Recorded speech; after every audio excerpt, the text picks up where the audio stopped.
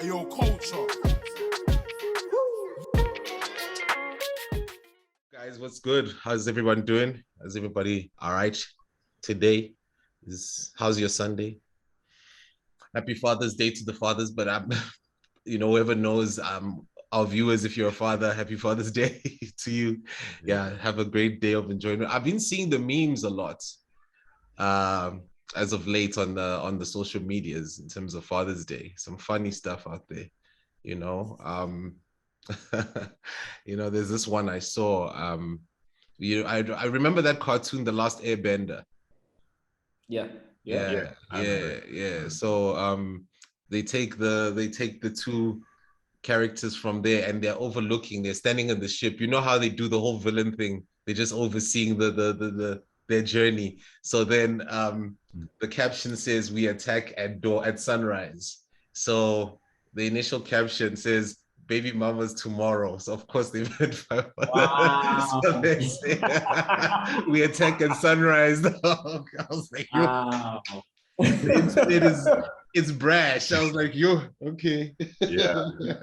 You start getting those pop health WhatsApps and whatever. Hey, the baby needs nappies. Hey, the baby needs I know, but blessed to all the pops out there, blessed to all of them. So yeah, if you're doing a good job being responsible, doing your due diligence as a parent, not just, you can be a father, but are you a parent? And big ups to you. Happy Father's Day, guys. Yeah, man, let's like swing into it, man. I feel like we've done a lot this weekend. And I feel like I'm pushing the team to push a lot to say, guys, listen. But I'm glad you're taking your sessions off where you're not here every week on a consistent basis. So you can at least have time to be a person and play with other adults, which is great, So yeah, man, big ups to that, guys. So yeah, guys, straight to it. So today we're gonna discuss, considering it's Father's Day today, so we'll do a Father's Day edition. We're gonna really talk about this, really go into detail, because if you ever have to express something, you express it. So we're gonna talk about the emphasis of importance of fathers in our today's society. All right. Feel free to get in when you feel to get in. Are fathers important in our modern day society? How important are they? What roles do they have to play in society? Initially we know just offhand, but let's talk about it. Okay. All right, man. So let's go. Identity is the first thing that comes to mind when I think about the role of a father. And I obviously implicate myself as far as my religious beliefs are concerned in this, being a Christian. I look at it from a biblical perspective, and there are quite a few of them who would look at it from the same perspective out there. You look at the role of Adam at the very beginning in the Garden of Eden, how God gave him the role of not only taking care of the Garden of Eden and, stewarding and cultivating the land, but God also gave him the role of naming every single animal within the garden. And so every single animal we know by name now is because Adam, who is seen as the father or the human father of mankind, gave those animals a name. And so similarly, same way he did to, his children and his sons afterwards, Cain and Abel, I feel like fathers play the same role today of handing out identity, not only, from the perspective of giving a child a name, Alfred, Martin, or Bo, whatever the case may be, but teaching the child who they are, who they're supposed to be, and what place they are supposed to fill in this world. And it's such a sensitive issue at the same time because, if it works and you have a father and you have a role model in your house who gives that identity to you, then you go out into the world fairly confident of who you are and you apply yourself into society fairly confidently. But where the sensitivity now becomes heartbreaking is the amount of people who are without male role models, who go out into the world and don't know who they are. And so they fill themselves up with every single thing known to mankind, just to find that part of themselves, just to attach some form of identity to it. I think I was listening to a speaker who once put it this way. He said, you can see that our generation is without fathers, and they are without identity. They are without somebody who is supposed to give them a name. And so they go out into the world and they wear every single other name. So they wear your Louis Vuittons, they wear your Nikes, they put on your BMWs, they put on your Mercedes. Why?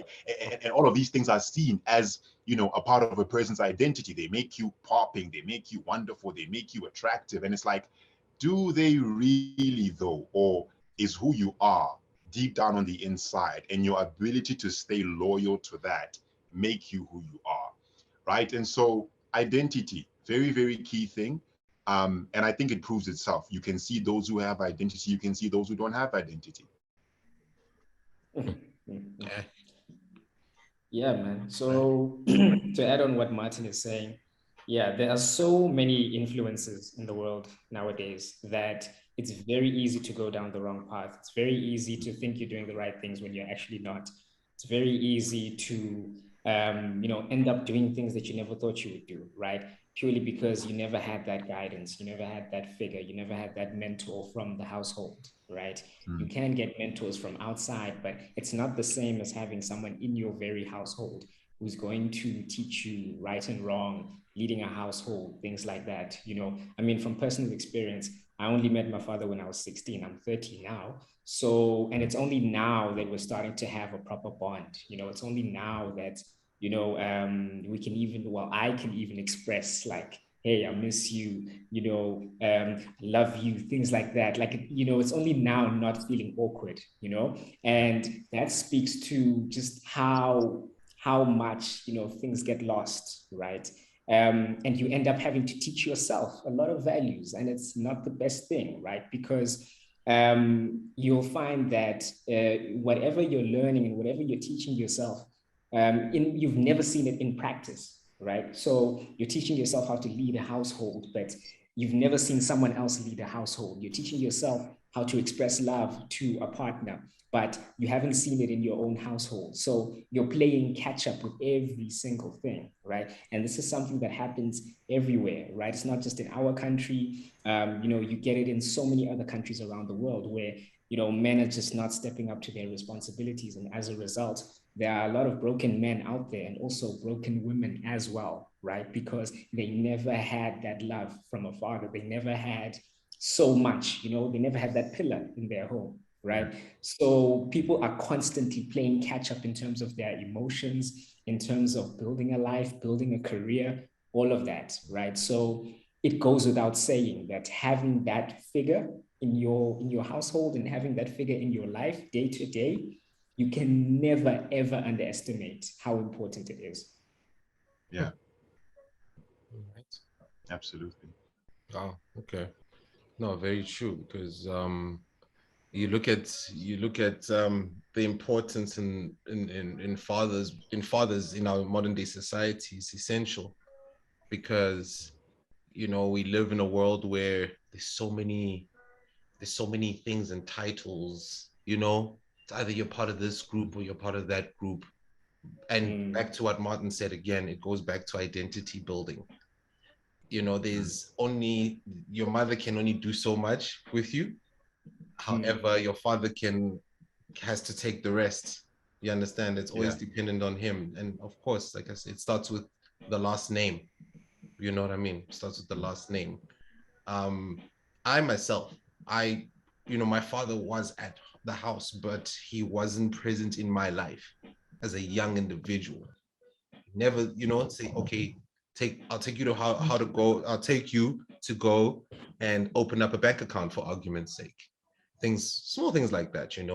Now, of course, when you take your young one for that type of experience to open up a bank account, now you're teaching them the value of money, because there's a reason why you're opening this bank account. You understand what I'm saying? So there's so much essential things that build up to a young individual, whether you're male or female, because there is a father in the home. You understand? There is a father present. You know, I think that's my outlook. It's really, really important. You know, I mean, it also goes back down to the circle of men. They can only do so much, Yeah. but you know, there's always that blood bond that you have with this individual who is your father, and that's the only one who has the influence, or most of the influence rather. Yeah. I mean, what you say has such cultural significance. It even goes back to the olden days. Now we can talk about, bank accounts and driving lessons and anything digital, anything modern. We can talk about that. But, go back 30, 50 years ago, and, you have young men saying, hey, I learned what it is to take care of the cows or the goats because I had my father or because I had my uncle. I learned what it is to take care of the house in case of any sort of violence, or if we lived in the wild, I learned what it is to tackle a lion or to tackle any sort of beast. Why? Because my father was around, right? And so, again, you're touching further on the importance of a father. Like, there are so many things that we are playing catch up on, to reference what Bo said, not only emotionally, but even with our hands. Like, we don't know how to do certain things. We don't know, we grow up and we do well for ourselves and we get our first paycheck. And, the first few months of having that paycheck are the most tumultuous and trickiest months ever, because we didn't learn financial management, right? So we're buying this and we're buying that, and we're just like, trying to get it together. And it's like, if the presence of a father was there, and if the wisdom of a father, somebody who's experienced that, was there to guide us, can you imagine how much more trouble we would avoid? Granted, there are people who have fathers who still end up doing the wrong thing, but can you imagine how much more we would have gotten right if we had fathers in our lives? From simple things like changing a tire. Like, ask yourself, how many people buy a car and we celebrate, but they don't know anything under the hood, because dad wasn't there to show you, this is how stuff works under the hood. You know what I'm saying? So it's such an important role, man. Mothers, we celebrate them. They have that. They've got their own. I like to call it their own oil. They've got their own flow, right? But a father, changes the game completely. Yeah. He really Got does. Got you. I'm sorry, but I know Benzo is like waiting to jump in. I just want to add to what Martin is saying. It's also such a detriment for the mothers as well, because your mothers go, like, the single mothers work overtime, right? Because they're playing both the mother role and a father role, right? And it's so difficult because as a woman, you've never been in the position where, things like changing tires, painting the house, all those things. You grew up very differently as a woman, right? And now suddenly you're teaching your boy child about, things like that, building things and, maintaining the garden and how to treat a woman. There, at least they have an advantage, because as a woman, at least you can teach your son how ideally they should be. So that's fine. But like, there's so many things that it's very difficult for a woman to relate. And I've seen this time and time again, where because a single mother has to work overtime, it's very difficult for her to also be there emotionally as well, right? So this child ends up being like, they end up losing out on that side of a mother, right? That nurturing spirit of a mother, because this mother is now doing so much to maintain the household, right? That only later on, once you're self-sufficient, then you see the softer side of your mother.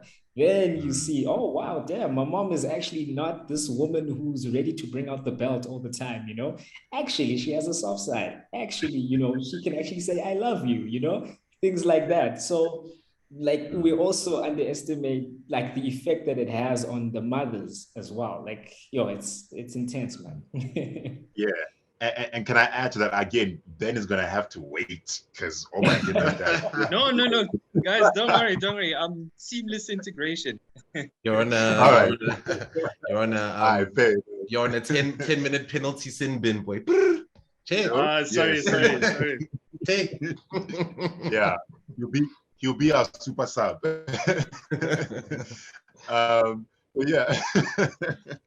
So no, the ideas are flowing. Again, what you say, Bo, I can totally relate to, because I was raised by a single mother. In fact, a majority of my childhood, I was surrounded by women, right? It's mom, it's grandma, it's auntie, it's that's the way we go, and they it has. And I must disclaim this by saying I didn't understand this until I turned at least 20, until I was older. I thought she was being cruel. I thought, she was being mean, and I didn't understand. Like, yo, why are you Yes. so tough on me? Why are you so strict? Why do you seem to, only glow up and be happy and be soft when I'm achieving and I'm doing well in my studies, and the teachers testify well of me, but every other time of the year you are strong, you are tough, you whatnot. We underestimate the level of strain that the absence of a father, whether it's through death or it's through a divorce or a breakup, can have on the single mother, right? Because now she has to be strong for herself and for her kids, right? It's no longer just being strong for me, but I have to be strong for those two people. And on top of that, I have to try and balance, and so many women have failed, but we give grace because it's not easy. I don't think that if we were in their position we would do any better. I have to balance being a loving nurturer and protecting them, which is the role of the father, right? I have to balance giving love and affirmation and giving that, I like to call it fire and brimstone judgment, which again is the role of the father, right? The father doesn't, compromise in that regard. He hits you straight where it hurts, right? So it's a very difficult thing, and give grace to the single woman, because again, it took me until I turned 20 to say, listen, if I was in the same position, I don't think I would do much better. Yeah. Yes. All right, Ben, what say you, man? The importance of a father, the importance of having a father in the household. I mean, if I may elaborate that, what significant, what do you think about that? For me personally, again, I was also raised by like a single mother. Unfortunately, in my case, there was a divorce that happened in my developing years, so to speak. Like, that very sensitive early primary school age. And it wasn't a pretty one. I mean, there was a time where I remember an evening, um, I don't know what happened, but I think my dad somehow broke into the yard, and then he was harassing my mother through our window in the lounge. And I mean, that was quite traumatizing because it was a full-on yelling match. It was late night. I kind of got woken out of my sleep into this massive argument. So it was a nasty divorce that affected me earlier on. So from that point, that's where essentially I think the importance of the father figure would have kicked in, because that's where, you're approaching your puberty, you're about to start high school, you're starting to be more coherent and emotionally coming online. And then I didn't have that there. So I don't know if mothers can play a father role. I feel like that's more of a myth, because personally, I think it's not possible for them to do that. At very most, maybe we can call it a extended mother role or mother role plus, so to speak. But in my case, everything I learned in terms of masculinity and all of this was from media, unfortunately, was from uncles, was from peers, was from, like, you're very receptive, like you're vulnerable to the outside world, because subconsciously you will find that father figure in almost every like influential male figure. That's, I think, one of the reasons why schools now are pushing for more male teachers, because I mean, you need that father figure. Like, no, like the more positive figures you can have, the better off the child will be. But the mother cannot substitute that role. That child will get it from somewhere else, and unfortunately, that's just reality. There's no such thing as the mother playing a father role. Can I True. ask something? Can I ask something? Back to you, Ben. Having gone through all that and like seeing where you are now, do you feel like you lost out in any way? Like, do you have any regrets about your childhood? Like, do you feel like you'd be in a better place? Um, I feel like I did lose out in terms of the person I am now is, I mean, I'm proud of the person I am now, like, no doubts about it. But there are elements of masculinity that I'd say I've been trying to work on and I need to work on. Because the thing is, in my mind, I've always held back in terms of aggression, asserting myself, speaking up, that sort of thing. Because I mean, I don't know, I didn't have that masculinity in my life. I didn't have that element. So I mean, my mother grew me to be like a kind person, to be well spoken, etc. And then now I'm realizing that like there's nothing wrong with like expressing yourself. One of the quotes that I recently read, it said that a man being a good man doesn't mean that you're passive or you're timid. Being a good man is to be capable of violence, but to choose not to Yeah. be violent. Yeah. Yeah. So you need to be able to assert yourself. You need to be able to like put your chest out and like I don't know, roar as such. Like that's it. I never learned how to roar. So that's the one regret that I had. I am working on it, but now I mean it's undoing a lot of like years of, you know, reinforcement and being a certain way. So that's the one thing I would say I would regret. But otherwise, I regret nothing. I don't know what to regret. Uh, Yeah. Yeah, yeah, yeah. The reason mm, why I asked that is because, like firstly, there is that saying where you can't miss what you didn't have, or you can't miss what you get what the saying is, right? So, yeah. I was asking you that because, as much as yes, we have those things that we wished we had, like being able to take your dad to parent-teacher conferences and not having to answer awkward questions from the other kids. Where's your dad? Da, da, da, da, da. You're playing a match, and then people are like, why isn't your dad watching you? Things like that. As much as we didn't like those questions, also like when you look at yourself now, I'm looking around the room, right? And I'm actually seeing very like strong, very mature, very focused men, right? So that question came from a place of like, you guys are so responsible, right? That even not having that father figure during your upbringing, you've still managed to get to a point where you're self-sufficient, you're able to be a mentor figure to those younger than you. You are able to be a good partner as well. I don't know, only you guys know that, but like I would assume that you guys are good partners. I mean, Bo's trying to you're not sell just us here. He's trying to sell us more. He's selling us, dog. I'm Sell selling you out to us, boy. the subscribers.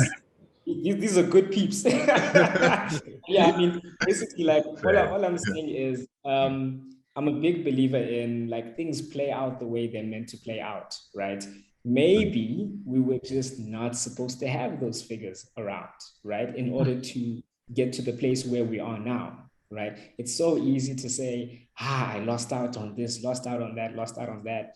But at the end of the day, things have worked out the way they've worked out, and you're still upstanding gentlemen anyway, right? And I'm not saying this is a formula for everyone, but it just shows also how subjective situations can be. It also shows how looking into your heart and deciding how you want your life to turn out is also really important as well. So yeah, that's just, and if you had to ask me, yes, there are elements that definitely I wish I had, but I'm also like, you know what? I am glad that I'm the person that I am now, because at least I didn't have maybe the compassion from a father, so I show even more compassion towards others. I didn't have that assertiveness, so now that's something I'm learning, that this is when to be assertive, this is when to show compassion, things like that. So sometimes in looking at what you didn't have, you are actually able to do it even better than, possibly if you did have that thing. Yeah. Mm, mm. I And gotta then say, Oh, sorry. I wanted to return Bo's question, because it seems you Mm. said there were things that you also wish you had. Can you give us an example? Like, at this point, what would you improve on? No, it's just like you, man. It would have been nice to have that person who actually you can see when to be stern and how to be stern, right? Because I also battle with the same thing that you do, that a lot of the time I can be very passive. I can let things pass, you know. If someone swears at me or, you know, someone insults me, you know, I'll sometimes I'm too understanding, right? Mm, And I wish that I could have had that example of someone being like, hey, don't insult me. You know, even if I saw like my dad once at a shopping mall, like telling someone their business, you know, maybe if someone cuts yeah. in the queue at, you know, at Checkers, you know, if I at least seen him like calling someone out, you know, Yeah. then at least I would have had a bit more of that quality. But I feel like I let too much go a lot of the time. And it's something that, again, I've had to play catch up with. Now I've got to be more assertive to friends, learning to be more assertive to my mom, even more assertive to my partner, you know, things like that. So that's the main thing that I feel like I would have had more of growing up. Mm. Yeah. Sorry, Martin, you were saying. Yeah. Yeah. Yeah. I gotta say, and this partly answers the question, much like you two gentlemen. And I think it's fair to say all three gentlemen. I think we're all proud of who we are and how we turned out. Yes, there are still some things we're learning. Yeah, but that is a part of the process. Life is active, life is not passive. So you're actively learning something and you're actively pressing towards, becoming something different.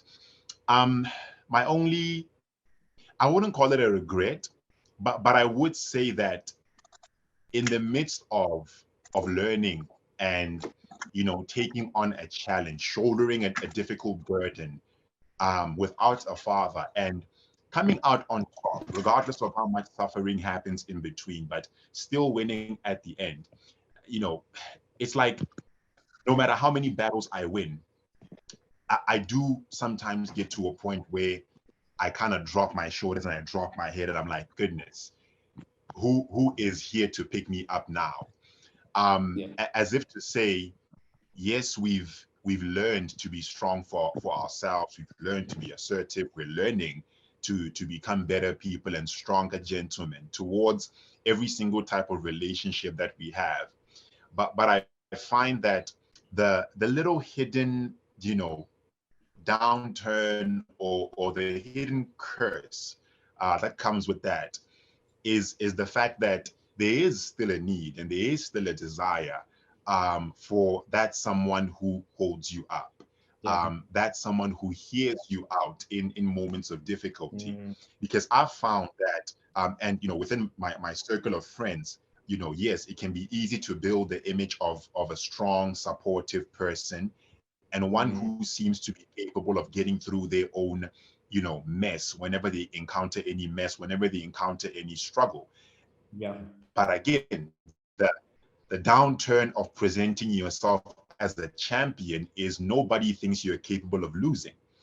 The Yeah. downturn of presenting yourself as a strong person is nobody thinks you have moments of weakness, Yeah. right? And so I think, a little hidden struggle that I want to unveil with that is, yeah, it gets lonely because, yeah, I'm strong, I'm resilient. Oh, look what I've overcome. And that's great. Everyone celebrates me, but nobody is ever going to turn around while they're celebrating and say, hey, Okay. are you okay? Yes. Yeah. Is something wrong with you? You get Mm, what I'm saying? Because yeah. you're the Superman, right? You're the one who saves everybody. So nobody's checking up on you, right? So I just want to put that out there. I think vulnerably so as well. That's what I struggle with, and I think a lot of men struggle with that too.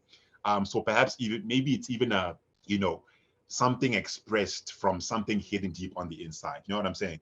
Got you. Martin, you're taking us to church. You're taking Hey, us to man. Hey, church. it's a I'll be your Sunday man. after all. It's a Sunday. Thank you. Quick Easter egg. No. That Yeah. Spartan moniker that I adopted. Like, I watched the movie 300, and then I just got like attached to that whole culture and that mentality and that strength. And then I started researching on the Spartans and what it means and how the evangelists were said. And that's where this moniker came from. Like I just started relating with it, started becoming a part of my life. Eventually, I noticed people just started calling me Spartan for whatever reason. And yeah, like that was literally a manifestation of that attitude of like, you know what, there's no one behind me. There's no, like, I have to always get up. I have to always persevere. I have to. And then eventually just took over. Like it's everything I identify with now. Like it's just part of who I am. Yeah. But you're right. No one checks on you, man. I get praised a lot. My aunt loves it. She's, you know, you're such a good nephew. We never hear from you or hear stories about you saying this and that, asking for money or whatever it is. And I mean, it's nice, but what happens? I mean, I can only Spartan for so long. Eventually, something might happen. Not with such wood, but yeah, would I even know how to ask for that help? I've gone so long being independent. Would you know, for example, how do you ask for that help? Can you see yourself doing it? Because you're the Superman. Like, you know, it's like, it's like who pastors my pastor, to use a church example, since it's Sunday, right? It's like who checks up on the pastor? Nobody walks into the pastor's office and is like, yo, pastor, you okay? Nobody. Everybody's like, nah, he's good. He's preached a great sermon. He's great. So, you know, so it's tough, man. It really is. Oh man. So what I wanted to allude to and what Ben said earlier is the masculinity component, which is so 100% true. You know what I'm saying? Is that you learn your masculinity from different sources if your father's not there to teach you. I think at my age, I would have loved to have my father because my father's passed, and I would have loved for my father to acquire the wisdom. You know what I mean? Because obviously older people they acquire some wisdom, acquire some words. You're like, okay, I'm going through X. It's a necessity because there's things that you're looking at from a man's perspective, even at your grown age, because most guys our ages are fathers. So sometimes we don't, I can only imagine most of them I sit with who are fathers are not clueless, but they don't necessarily have the accurate solution to a problem they might be going through as a father. You get what I'm saying? This is based on many conversations I've had with fathers. And this is mainly me asking out of curiosity, because I ask because I'm curious. You know what I mean? Like, what's it like? What do you go through? What do you experience? What are the pros and cons? The pros are a big list for the guys who love their children. You know what I mean? So the cons are the small, but the cons way bigger though. They weigh so much. You know what I mean? Because it's about balancing. However, what I want to allude to is the masculinity component, which Ben mentioned, is that it's so necessary because I can relate with you because I'm on that same level where, you know, and to add on to what Bo said, is that, you know, you're always in a space where you're surrounded with people who think the way you do at this current state. That's what gets you by. Having experiences, and look, bear in mind, you have experiences with toxic people, then you actually get tired of the toxic people, then you change your outlook on certain things, you remove yourself from those spaces. So it kind of it shapes you, because you'll find that when you're in those spaces where if you would have handled it differently as a guy, you know, it would have been much better. But you know, in certain cases, it's not always like that, you know. But it's really important, especially the masculine component, to have that assertion, to have that thing to say, I will not tolerate certain things, you know, which, look, I won't lie, I didn't take it from my father. I took it, I think my mom, I took it from my mother, the assertion part, you know what I mean?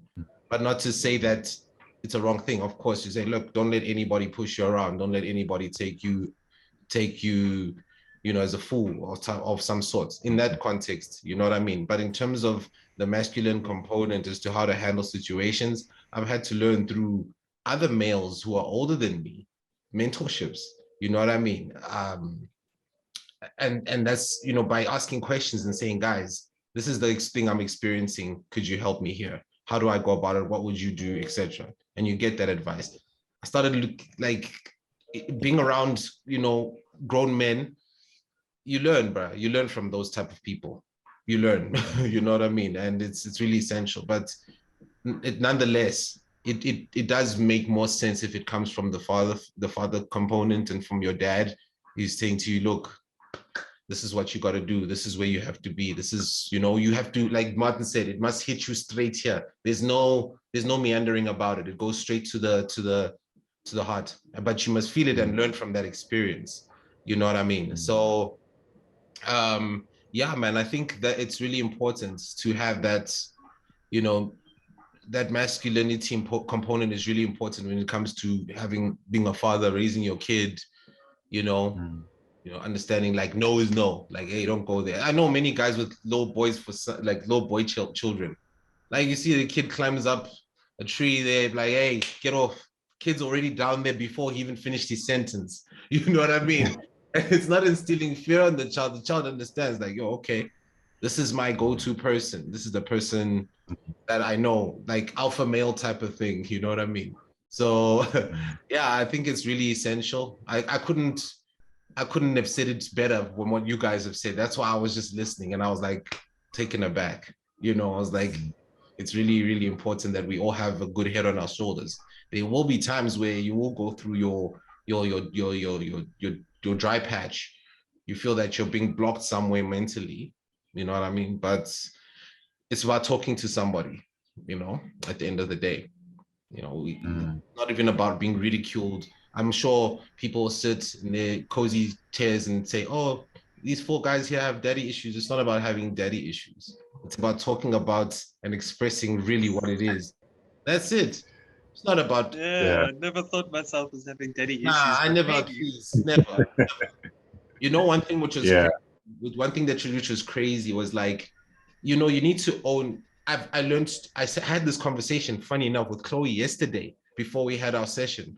I said to her, one thing what my mom used to do, which is really, shout out to mom, respect, which is sort of toxic. It was toxic to the point where she would say certain things and we'd have a back and forth, and she'd say, you're just like your dad, right? So, and look, this is no shade on her. She's my mom. I'll never change that. You know what I mean? And one thing that it hurts. It hurts. It speaks volumes because it triggers you. Like as a 17-year-old, 18-year-old, you get so irritated and you're like, However, as time went, I started to own it. When she says, you're just like your dad, I'm like, yes, I am. He made me. You know what I mean? I have his blood. I have his features. I have everything that resembles him. Yes, I am like him. I've owned it, but I'm not going to live a life of decision. I'm not going to base my life on his decisions. No, I'm going to make my decisions the way I do as a grown man. But yes, at the end of the day, I am like my father because I take his genetics. His blood runs through me. So there's nothing I could do about that. It's just a reality. But yeah. Fonzo, what you're saying is actually really important because now it also speaks to healing, right? On the mother's side, right? I remember a time in high school, there was this party that I really, really wanted to go to. And I automatically knew that like my mom would not let me go, right? Also, it was like, how old was I? Like 17 or something, right? And she knew there would probably be alcohol there, whatever, right? And I didn't even bother asking because I knew what the answer would be, right? But instead, I did what any teenager would do. I was like, Mom, I'm gonna go sleep over at my friend's house. You can holler at his mom, you can holler at him as well. They'll vouch for me. It's all good. They're gonna take good care of me. Thinking that she wouldn't actually do that. So your boy goes to the party and I'm at the party. Nice times. And then I get a text from the friend that I used for an alibi. And the friend is like, get home right now. Your mom just called my mom. I was like, snap. So I rushed home. I get home. My mom is sitting there on the couch, quiet, silent. And then she's like, what are you up to? What are you busy with? What are you concocting? What's this? What you plotting, boy? What are you planning? Why are you lying to me? And then I was like, Mom, I'm sorry. Like, I didn't mean, you know what you're doing? You're becoming just like your father. It's like, yo, yo. And that cut deep. It That hits cut hard. deep. Yeah. It hits Because hard. like the thing is, you know Jeez. you did something wrong, but for them to also bring out that card, and you know that they don't like the person that they don't like the person that they just mentioned. It hurts you Yeah. even more, Yeah. you know. Yeah. So I didn't say anything back. Just went to my room and just like locked myself there, and like to this day, like every time, like even if it's a white lie, I just like I struggle because I just think back to that, you know. And like people underestimate the power of their words and saying things like that Yeah. as well. You know? Absolutely. So you Especially Absolutely. at can, those ages. Yeah. exactly. Very, very You can sensitive feel age. emotion. Yeah, Because you look exactly. at, remember, Martin, that brings me back to that theory, that practice we did last week with putting Yeah. a young person in the middle, and you put the closest items, closest thing Yes. in their life, which is next to them, like physically, you put them there, whether it be a phone, Yeah. a laptop, and etc. You'll find by most Yeah. of those case studies, the furthest component in that kid's life is the father. The father is like by the Literally. door. It's like here. It's insane because True. if you can do that survey with many young people today, you'll find that's the case, in their actual lives. So Absolutely. we have also these, what I'm getting to is that we also have these substitutes. We have social media, we have adverts. An advert that's actually, when Ben said something with regards to a financial, was it you, Martin, who said the financial component? I don't know if you guys seen that Momentum ad of that guy, that kid who's working, and then the father That is takes a marketing, certain, yeah. Momentum. He takes a certain amount of money from him. Everything he earns, he takes it. He's thinking, why is this dude taking my money? Every time I'm working hard, blah, blah, blah, he takes my money. Not knowing long term, he's created something for him. You know what I mean? But anyway, what I'm starting to see is that when you look at like media stuff, and I'm not saying that it's a thing, because I think now they've started to pipe down, and especially in SA, and I'm talking to SA ads here, they've stopped the whole putting the mother alone and where's the father type of efforts. You know what I mean? I saw a Cadbury's advert, which is actually about 4 or 5 years old, where the lady's pregnant and she's eating chocolate in the bus, pregnant, and like there's 4 babies singing there inside her belly because she's eating Cadbury's chocolate. I'm like, where's the pops here? Where's the dad? Yeah. Like, where's he to drive? You know what I mean? Because if this was and please stop me if I'm wrong, I'm not reaching here. If this was an advert which it pertained to a whiter market, we would have probably seen both parents in the dynamic. So that's what I'm getting to here. Am I wrong or am I wrong? Because so you also see what I'm getting to with the whole, we have this whole, look, man, guys, I'm sorry if I'm going off on a tangent here.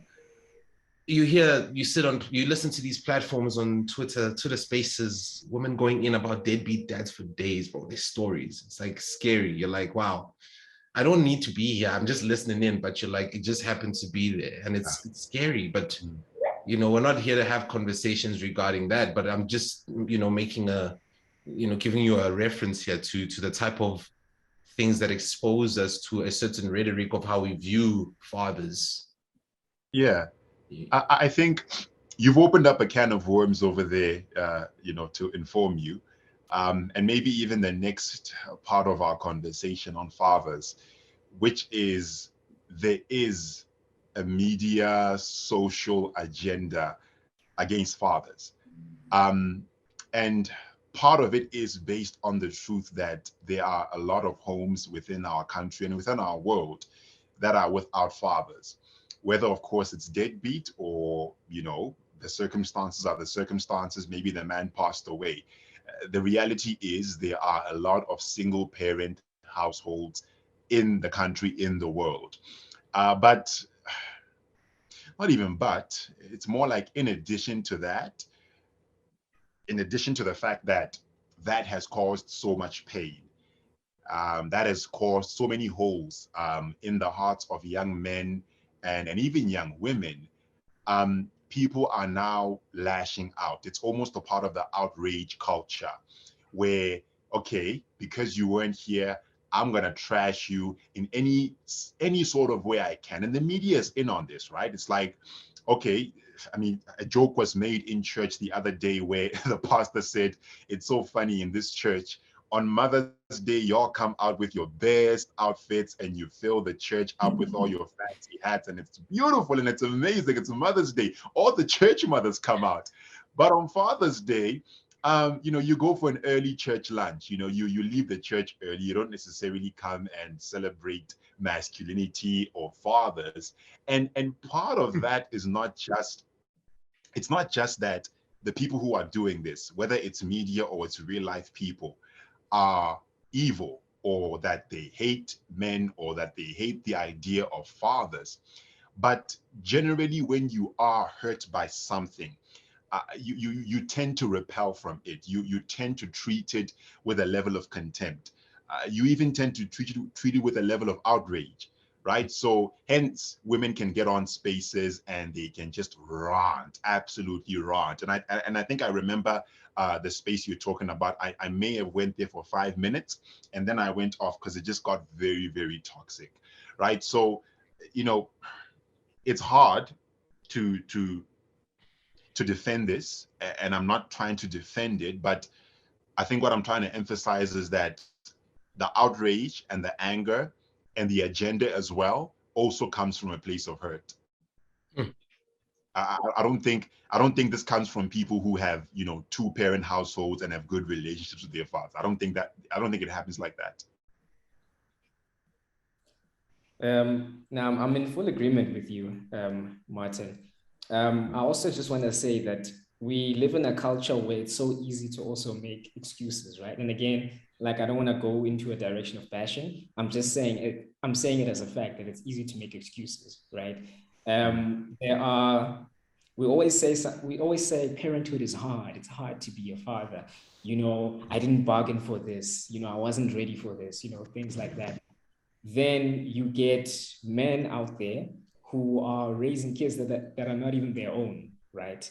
And they didn't bargain to be someone's father. They didn't go into the relationship and now, boom, here's a child, here's two children, here's three children. Suddenly you're a father to those three kids.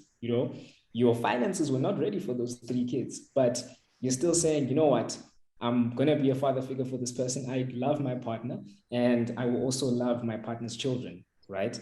I'm not fully set up for this, but because I've got honor inside me, I'm going to do it anyway, right? I mean, so many people out there are so willing every month to drink their rent money away, right? On alcohol, right? Or they buy the latest designer clothes, and then you wake up, you're like, yo, my rent, yo, my whatever, because you're busy buying Gucci or you're buying alcohol. But then that same money that you spent on Gucci and alcohol and all of that could have been for maintaining your child. But you are like, no, I want to impress people. I want to show up in the Conca pictures. I want to do this, do that. So we must also not excuse people who make excuses, right? Yeah. If you're so ready to be irresponsible, not pay your bond, not pay your electricity, but you want to go out with the people, spend this, spend that, Yeah. then you're actually not in a position to complain when as I said, when there are men out there who are willingly, and they're not rich people, they're middle-class men who suddenly have three kids to take care of, So, nah, man, nah. I share that same sense. Go on, Martin. Go on. Yeah. I'll follow with you. Yeah. Oh goodness, just to add to that again, such a powerful response to it. I think Ben said in the chat before we came on, he said, something powerful. He said, if I'm going to criticize, then I must also give credit where it's due, right? He said that. And it's like, I love that mentality because, it goes back to something a wise man said to me, or maybe it was a wise woman. I don't remember who it was, but they said, Martin, if you're going to be prepared to criticize, then be prepared to also ask yourself the question within the midst of your criticism, what am I prepared to do better about what I'm criticizing, right? So this also, again, it turns around to the people who are bashing fathers and who are bashing men for being deadbeat. It's like, okay, but yes, in the midst of your criticism, yes, we're aware we can do better as a world, but in the midst of your criticism, what are you willing to do better to make the situation better?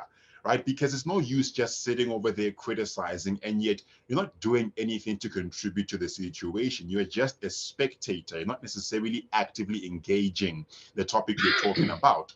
Excuse me. It's a very valid statement to make as well, because the assumption is if you are going to criticize something or express disdain for something, then the assumption is you probably care about that something working out for the best, right? So what are you doing to make it better instead of sitting over there and just criticizing? Hmm. Hmm. Mm. Heck, that's so true. Yeah. I was about to say is that when it comes to that, and it probably cancels out what I was about to say, because I was just saying is that I believe one thing, and this is from growing up. Like I said, my father was present, but he wasn't there. You know what I mean? He had his own priorities, and um, I do not support anybody if you're a type of guy and you know you got kids and you're not doing anything and you're out here in these streets. I'm not going to be a part of your circle. I can't. You know what I mean? Because that's the same cycle that they perpetuate about us as a gender or as a people. Just, you know what I mean? Guilt by association. Just the mere fact that you're standing next to this person means that you support him and whatever he stands for. I can't be part of that message. If you're a grown man, you don't look after your kids and you know you've got other things going on, I can't be a part of that. But hence goes back to what Martin said. I'm not going to criticize something that I know I can't do anything about, because what would I do differently in that situation? So big ups to you, man. I hear you. You know, we learn in these conversations, bro. We learn. Absolutely. Mm. This is therapy in some regard. Got you. It is, man. Yeah. Mm. Yeah. All right. But yeah. Anyone else want to add something else? Because I was like, I I want was to still going back. add. I was still going back to that media stuff, but Matt, Ben, hit it, hit it. Yeah. So, Bo, when you were talking, you also mentioned something about. Well, you gave us credit where I'm not too sure credit is due. You mentioned that we're all grown, responsible. Yes, we are. Thank you.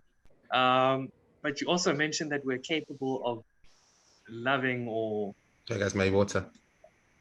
something to that effect. Being in healthy relationships. I don't necessarily think I'm capable. My track record and all that. I'll wear that on my shoulder. Martin, I assume you're also single. Yes, I am also single, but I consider myself Ladies? very capable. I do. The voice Ladies, is hey, single. you know, All right. you know, Alfonso also. hey, hit up the comment Alfonso section I right know now. to be single. Uh, so do you think that this is bleeding into our relationships? Because I know for a fact somehow it is. It's affecting it some way. And since it's a bit of a therapy session, I want to maybe see if I can find a mirror that I can look into to find whatever it is that Yeah. I might be doing wrong. You know? Yeah. Yes, Martin. Like, what hunches do you have there? 100% it bleeds into relationships, and I'm gonna go ahead, and speak for myself on this one, and I'll let whoever supports or, refute. Um, Mm-hmm. it's not so much of a, again, sorry to use the term, but daddy issue, but whatever is bleeding into my relationships, especially the romantic relationships, does not necessarily stem from the lack of a father.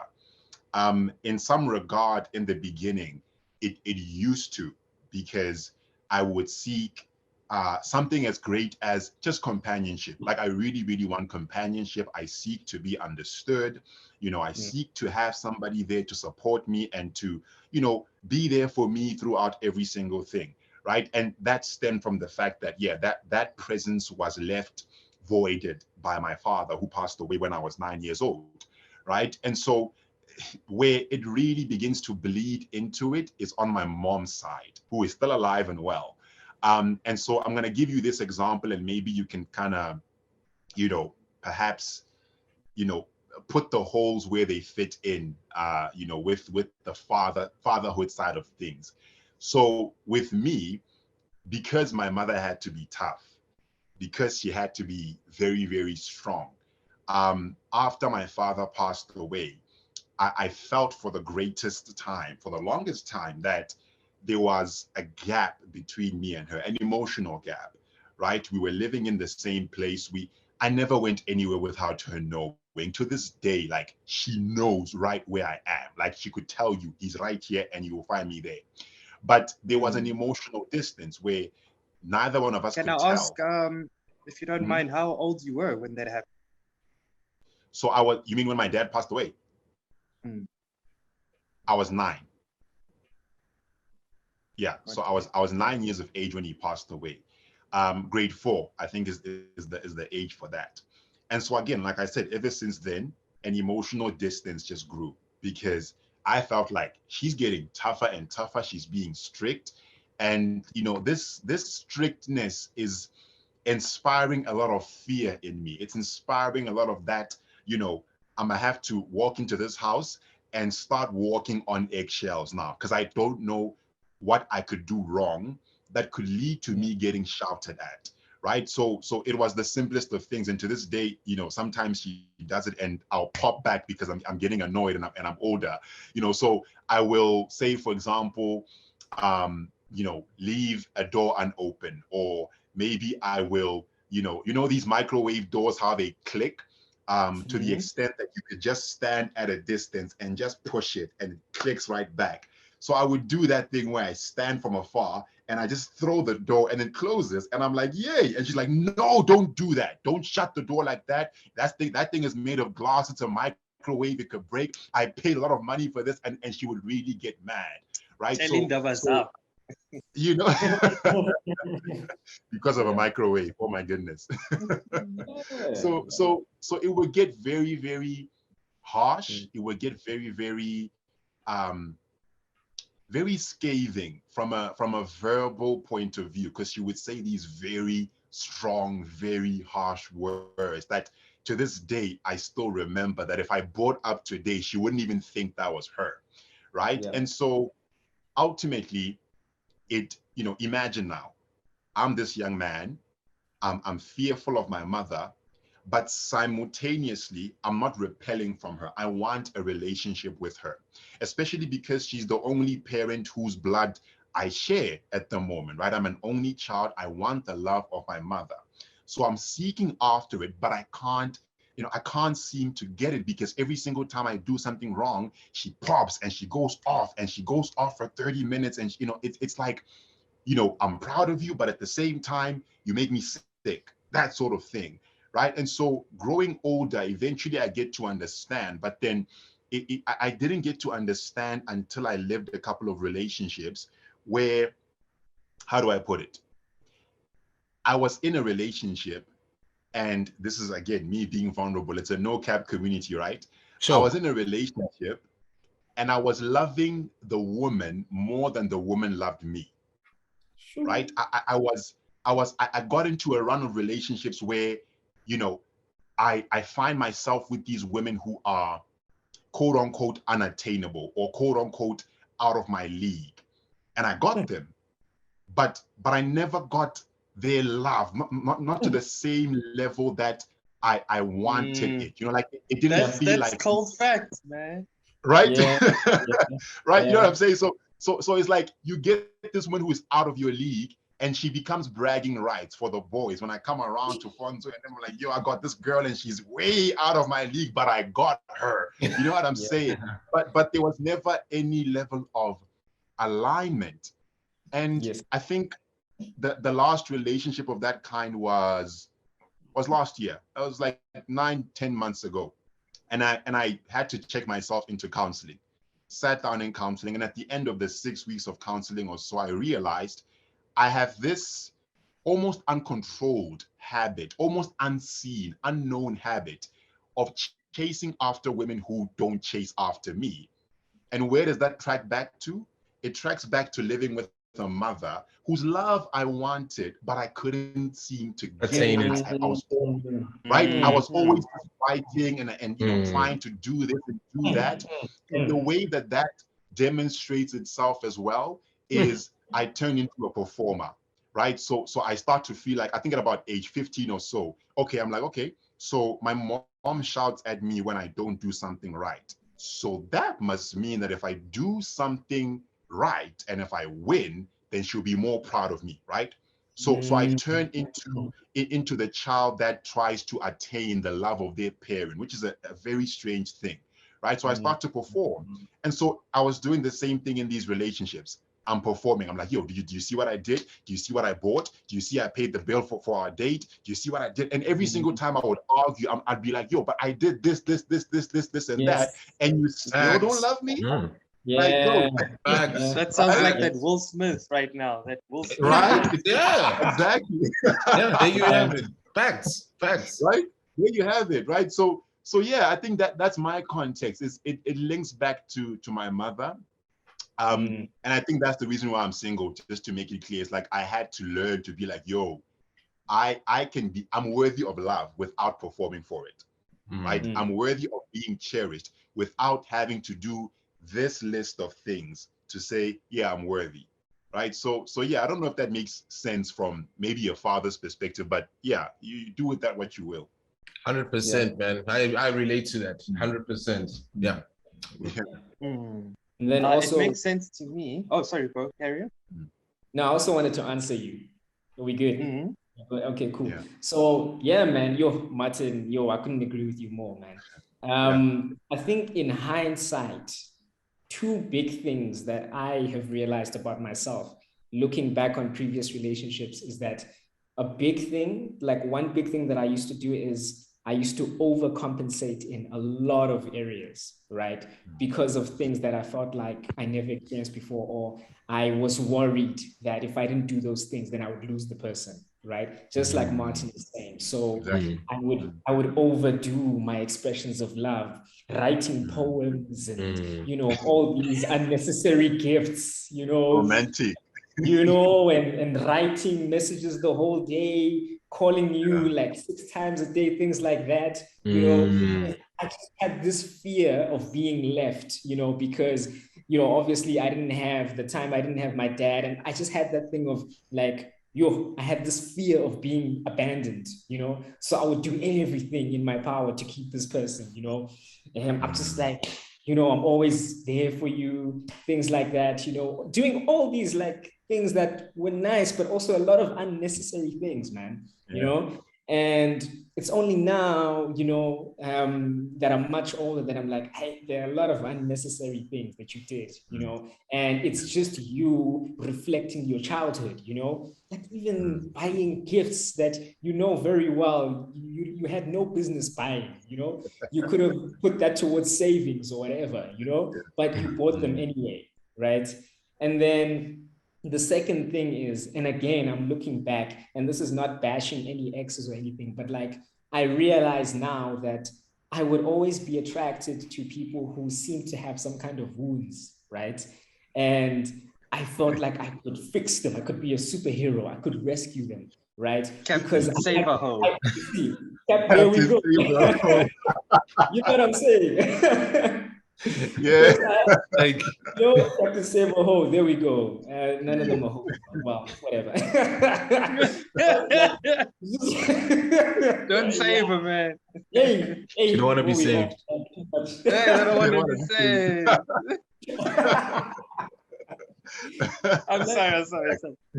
No stress, brother. So like, it's because I had built up this thing of like, I wanted this validation, to have someone like, maybe sometime into the relationship to say, oh, you did this for my life. When I met you, I was like this. And then after being in a relationship with you, I just became stronger, more confident. I felt so loved and whatever. And now that appeals to your ego. You're like, Uh-huh. yeah, good. Booster for Keep days. it going. And Confidence. like you see someone blossoming in front of you and you just want to give yourself credit, and it like goes back to, and like now, as I'm saying, you sit and you're like, that was actually really bad behavior. That was toxic behavior because you just wanted to feel validated. You wanted to feel like a superhero, because you didn't know what a superhero was growing up. You didn't have that father there. So this was your idea of a superhero, someone who could, take a person who was seemingly like this and then getting them to a place like this. But actually, they just did their own work. They did internal work. They worked on themselves. You had nothing to do with that. Maybe you felt, maybe like made them feel more loved, and you did this and that. But it was their own internal work that they did. So it took asking myself hard questions like, why do you enter relationships? Why do you express your love in this way? Are you doing it because you simply want to express love? Or is there some kind of validation that you want from it? Right. And I'm so thankful that now, like with wifey, that like I've faced so much of those things now. But there's one thing that she complains about to this day, that I need to learn how to cry in front of her, because we spent so much of our childhoods in survival mode that it's hard to cry, guys. I don't know if you guys feel the same way, but like I find it difficult to be vulnerable or emotional in front of people, right? So she'll be there with me like every day, like, dude, I know you're having a bad day. If you want to shed a tear, shed a tear. Like, I'm here, and it's tough. It's tough. And like it's one of the things where you just it sobers you up to the fact that there are a lot of things that we missed out on in terms of just our emotional capacity that, again, you're playing catch up with as you grow up, right? Because I would love to be a whole lot more vulnerable, to be comfortable to shed that one tear maybe once or twice a year. you know There's a quota. Yeah, there's a quote.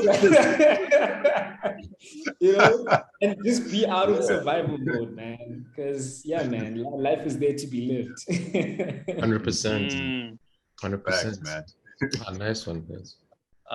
So for me, guys, I mean, my toxic traits that I've identified also is, as you said, like Martin, like put it nicely, like essentially it's a form of simping. I think it's called the simp, where you overindulge in your feelings for a person. You overdo, over affection, over understanding, over tolerance, all of these things.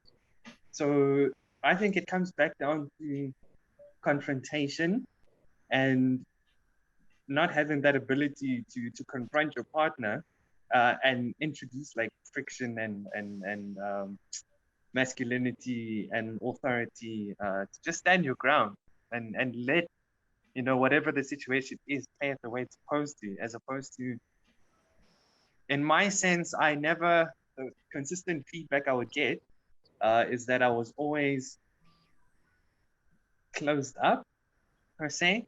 Like I never share, I never express myself, I'm never negative, I'm never toxic, I never used to understand it. I'm like, what do you mean?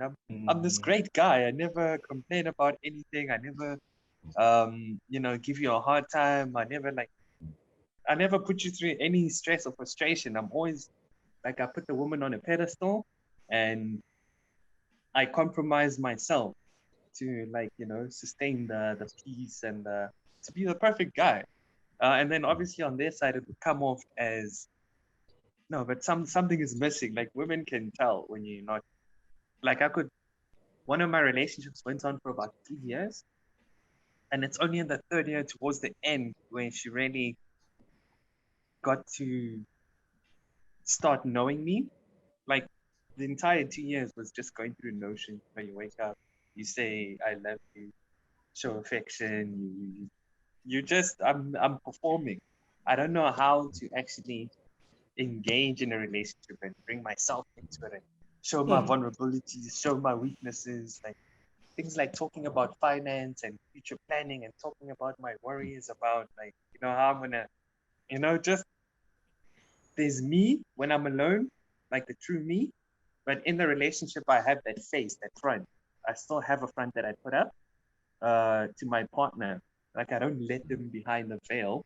And I think that's my most toxic trait is I could be with someone, but they won't feel that they're in a partnership, a companionship, if that makes sense. I never let them in to that level. Yeah.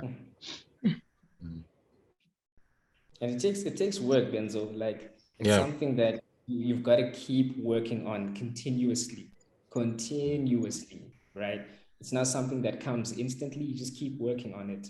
And like I've been really, really intentional about that. Like working on communication, working on being vulnerable, working on bringing, my partner into my future plans, business plans, things like that, right? It's not something that comes naturally, but once you do start to do it, it actually starts to feel good, but it takes work, a lot of work. Absolutely. Yeah. All I was going to say was to the comment about it taking continuous, consistent work is that we very often underrate and sometimes don't even notice that the very first step to getting that work done is actually acknowledging and being cautious of the fact that, hey, this is where I'm at, or conscious is the word I'm looking for. This is where I'm at, and this is how I'm doing, and this is my toxic trait, which I must say, everybody on the panel today has bared their soul and they've opened up and said, yeah, this is where I used to be. This is where I still am. This is what I have overcome, and this is what I have yet to overcome. And so just as a word of encouragement, guys, that's the first step. Like if you know where you are right now, then you are in a very, very good position to start working on where to go next. All right. Any last thoughts before we wrap up, fellas? Funzo, on your side, we were busy discussing how we think what we've discussed today sort of leads into relationships. Look, I'll say this, but I'll put this in as a last thought as well. That was something that is such an it might seem small to some people. It might seem a different way. Everyone has their different outlook in terms of involvement when it comes to relationships and your parents and having your father around. Like I said, I learned the game, and I put inverted commas, through peers and other men older than me, TV. That way, my dad never sat with me and said, look, son, this is what you're going to be facing. Eventually, you're going to get married. Pick this way, look at this, have your life in order, start looking at your finances, XYZ. These were components that were never discussed. I've had to learn them from other outside sources. Do you know what I mean? Outside sources, men who are like-minded or have the willingness to actually listen to me and have a conversation with me, who are already there and who have their lives in order, who are mentors in the game. Do you get what I'm saying? So in that respect, in terms of how it has probably affected me in certain ways, because there are those fundamental parts and portions of a relationship that you do need from your parent or from your father, because he gives you a fatherly perspective, and the fatherly perspective is very direct and straight to the point and true. He'll tell you that, look, this girl ain't good for you. He'll see it. He'll probably see something, you know what I mean? So your mom might not see it, but your dad will. So once he says something, we're like, no, something's a bit off with this person. However, he'll also hold you accountable as well. You know what I mean? So that's one thing that So we want to know, like, current day, like, consequence of all of that. Like, how is it leading into your relationships? Have you identified anything that you could possibly connect or that you've noticed crossed over and is now reflecting in your relationship? I'm not saying that I don't have any flaws and I'm a perfect person. I'm just saying it hasn't affected me in that regard. You get what I'm saying? In that context. So I'm just I won't lie, I will learn. I have learned certain things, from my parents' marriage. You take certain things, you know what I mean? You're like, okay, I'll try and refrain from doing this, having discussions like this, having conversations, talking about stuff like finances, future plan, legacy, that's the most important thing. So yeah, man, I think in terms of it affecting me in a way, no. I think, to be honest with you, Ne, just to maybe make this lightly, I think if my dad put me in that direction of where he was actually consulting with me, I probably would have gotten married in my 20s, probably. You know what I mean? So I'm not saying that in an alternate universe this like that. I'm just saying it probably would have been that way if my dad was more attentive to my life, or my brother's life as well. I've probably been married earlier. So yeah. Probably. I say that probably very high. I hope I'm making sense, guys. But yeah. Okay. I think closing thoughts for me is just going back to what I originally said is, as much as there are definitely things that I might have longed for and, things we all longed for, I am still a believer in things play out the way they are meant to play out, right? So I don't like and I don't believe in living life with regrets. I believe that, you make the most, when life gives you lemons, you know what to do. Don't make lemons and tequila. But yeah, when life gives you lemons, you know what to do, right? So Yeah. it's just a message for us to be better men when the day comes when you have to be someone's father. At least you have a foundation. You know the type of things that you wouldn't want for your child.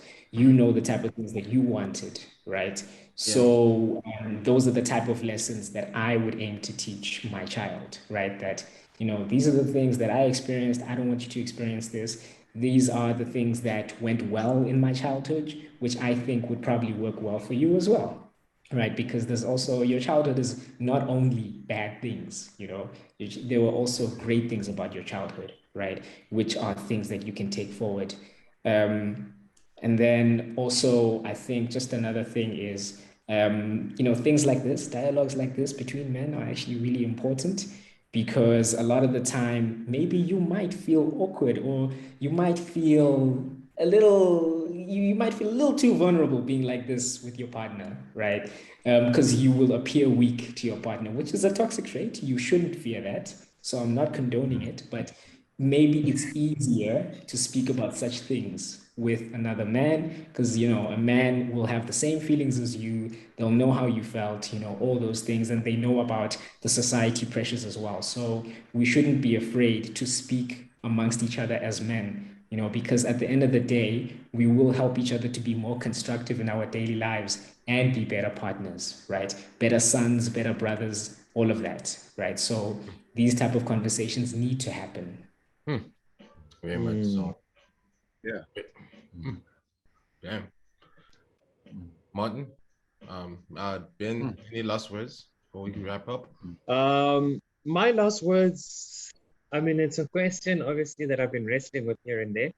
Not to reignite the conversation, just in quick first thoughts, once off, quick one. Let me not make it male. Well, it's Father's Day, so no, it's our day. Well, the male day. Is every male capable of being a father? No. No. I'm just saying no. In my opinion, no. I don't believe that. There are many men out here who are they've got kids, but they're not fathers. So I'm just giving you that. So that's why I say no. True. Yeah. Yeah, nothing to So I mean, elaborate on. It's an unpopular thought, but I mean, like, essentially it's a fact that maybe just kids shouldn't be on the table for. Absolutely. I say both ways. I say both ways. There's some people out here that shouldn't have children at all. True. Yeah. True. Yeah. All right. That's me. Nice one. Yeah. I think my final thoughts are more one would say even a summary of something that I said during this chat, where I said, we've all, kind of exposed our souls, and we've done so talking about negative and difficult circumstances to deal with, and yet the response to those circumstances has been overwhelmingly strong, and it continually will be overwhelmingly strong. I'm very confident of that. So it's very safe and very fair to say that there are some strong men on the panel. And anybody watching this who relates to what we're saying or who feels the same way, you're a strong guy too. You're a strong father too. I think ultimately, I part of that, acknowledgement of strength is also an acknowledgement of the hole that I feel personally right now at this stage of my life, where it's like, yes, strong and resilient and determined, and I have to be. I don't have any other choice. I can't bulk underneath this pressure, but I have to make it. But at the same time, I am also realizing my own deficiency. I'm also realizing that for however many times I can be strong, I also have limits. I also have a breaking point. I also have a time where my battery goes low, and I'm still progressively wrestling with the question as to who checks up on Superman, who's behind the Spartan, then, who is the counselor for my counselor, who pastors my pastor, who checks up on my psychologist. You know what I'm saying, right? So I think for the strong people on the line, I'm still wrestling with you around this question of, hey, who is strong for us? Because again, we are expected to be strong, and we are strong. We don't complain. It's not a complaint. It's an acknowledgement that, yeah, we are expected to be strong, and we show up and we are strong.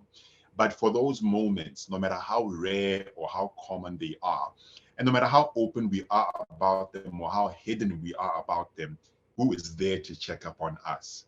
I think closing thoughts is, yeah, I'm still working through it. I'm still wrestling with it. I feel like I've been through leaps and valleys in trying to plug the hole. I've tried to plug the hole through family and my mom and the people around me, and hasn't quite necessarily worked. Part of me feels like I've tried the most to try to fill that with a relationship, but I'm just like, yeah, maybe it's a bit of an unfair thing to put on a woman, somebody who's new to me, and say, hey, you come in and be strong for me. And, it's not a very tough thing. And so maybe that's okay. Maybe that's a fair enough conclusion to say, yeah, I don't have it all figured out. I'm still working through it. And as Fonzo said, as we continue to talk to each other, maybe a couple of episodes down the line, maybe 10, 50, 100 episodes down the line, I come back and I tell you that, yeah, I figured it out. But Figured it out. For the foreseeable future, I'm still figuring it out. So yeah, that's me. All right. Can I make a recommendation, guys? After this, there's this guy Flawless Real Talk. There's a song called "I'm on My Way." It was part of that Netflix Hustle and Flow series. Just to capture this feeling, there, go listen to that, man. You guys will enjoy it. All right, send us a link. Send us a link on the chat. Send us a link on the group. Oh yes. Yeah. Got you. Guys, thank you so much. This is great talk, great session. This was amazing, different from what I expected, but yeah, do the business, man. Hell, I mean, this is church right here. So yeah, let's do this. But yeah, this guys, day special. Yeah, but guys, thank you so much for coming through onto the panel. It always is a great time with you guys, giving me your time, having us to have to talk and have chats like this. And yeah, guys, to the subscribers and viewers, guys, thank you so much for tuning in to another episode of Big Bear Online Podcast, Bear Cave Sessions. And be sure to like, subscribe, comment on the content. Thank you, guys, fellas. Bless you guys always. Until the next one, yeah. Good stuff, brother. Peace out. I'll enjoy the week. Take care. Have a good week, guys. Happy Father's Day to all the fathers too. Peace.